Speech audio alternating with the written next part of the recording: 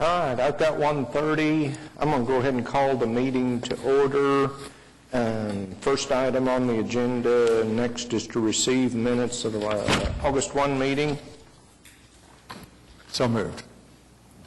Second. Got a motion and a second. If there's no discussion, cast your vote. Thank you. Next.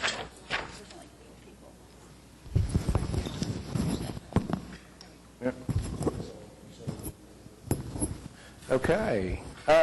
Continuance requests. We have one today, item number 4, case number 13774 is requesting a continuance to October 17th. Anybody here on that? I'll make a motion on that. Second.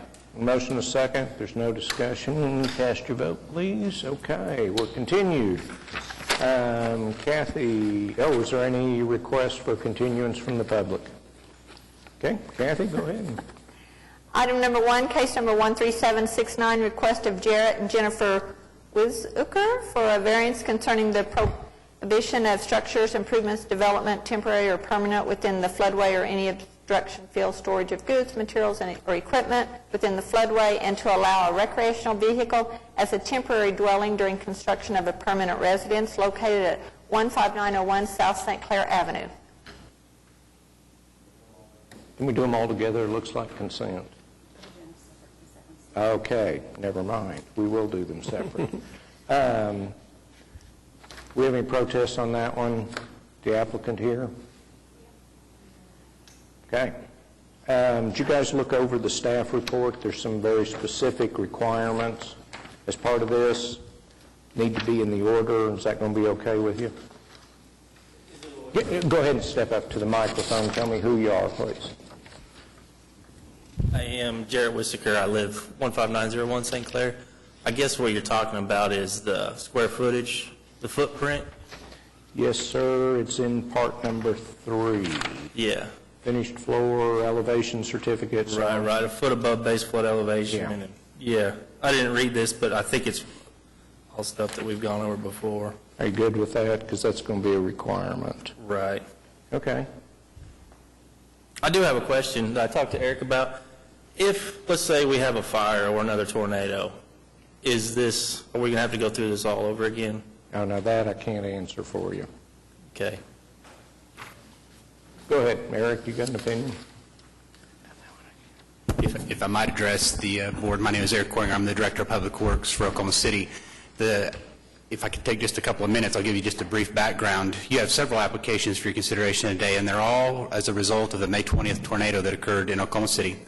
There were hundreds of homes, over 450 homes completely destroyed as a part of the tornado just in Oklahoma City alone.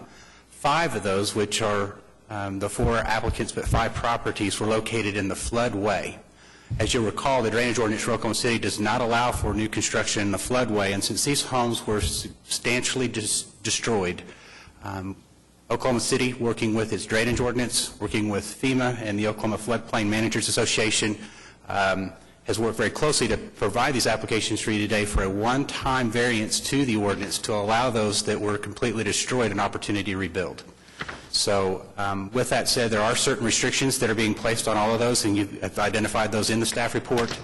We would require that they rebuild to a footprint no larger than what was existing before the tornado destroyed the homes. This also applies to outbuildings, barns, any other buildings that would be a part of that property. We would also require that the finished floor elevations be met at the minimum standard of 1 foot above the base flood elevation. Those are identified on the FEMA firm maps, the firm panels that identify those flood elevations for the 100-year event. They've also been notified that there is the potential that their insurance may go up. Again, those are private matters between the homeowners and their insurance agents, but the properties at this time would still be located in the floodway. But we're working with them very closely to try to give them opportunities to rebuild following the tornado devastation. And I think that this is one of those final things that the city would like to recommend. And again, I can answer any questions that. What's the verification process for the elevation in particular and the footprint? The permitting. So today's action, if approved, would allow the permit to be pulled. We're recommending that a two-part building permit be issued. First part being for the foundation only. When the foundation is actually constructed, it would be surveyed. and an elevation certificate would then be submitted to the city for that verification. We would then make sure that it meets that minimum requirement. With that, then the second part of the permit could be issued in the home or whatever the structure be reconstructed. You also mentioned 5 properties. And I think One of the applicants today actually owns 2 of the properties. Ms. Northcutt, which I think actually has 2 of the parcels, owns 2. but we've only got 1 address in the application. There's 2 parcels on the application, 2 legal descriptions. 2 legal descriptions that carry and that property address? Yes. Okay. That explains that. I'd make a motion to approve the variance subject to the 5 requirements set forth in this staff report. Second. Okay, motion and a second. Is there any discussion? If not, cast your vote. You're approved. Good luck to you. Kathy? Item number 2, case number 13772, request of James Fields for a variance concerning improvements located within the floodway located at 15425 South Pennsylvania Avenue. Mr. Fields here. Do we have any protesters? Anybody have questions or comments?